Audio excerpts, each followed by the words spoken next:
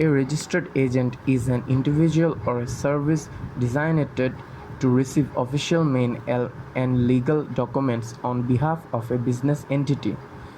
The primary function of a registered agent is to ensure that a business entity does not miss critical paperwork, including but not limited to legal notices, tax notifications, and other essential business documents. The registered agent must maintain a physical street address within the state where the business is registered. The use of a PO box for this purpose is not acceptable. The registered agent should be reliably available at the designated physical address during standard business hours. This availability ensures that important documents are received and handled in timely manner.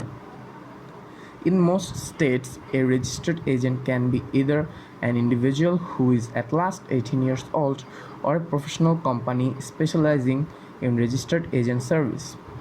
It's important to note the corporation or limited liability company is generally not allowed to act as its own registered agent.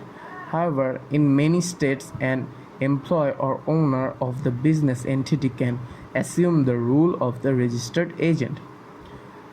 Understanding this and adhering to the formalities surrounding registered agents is crucial for maintaining the legal compliance and optional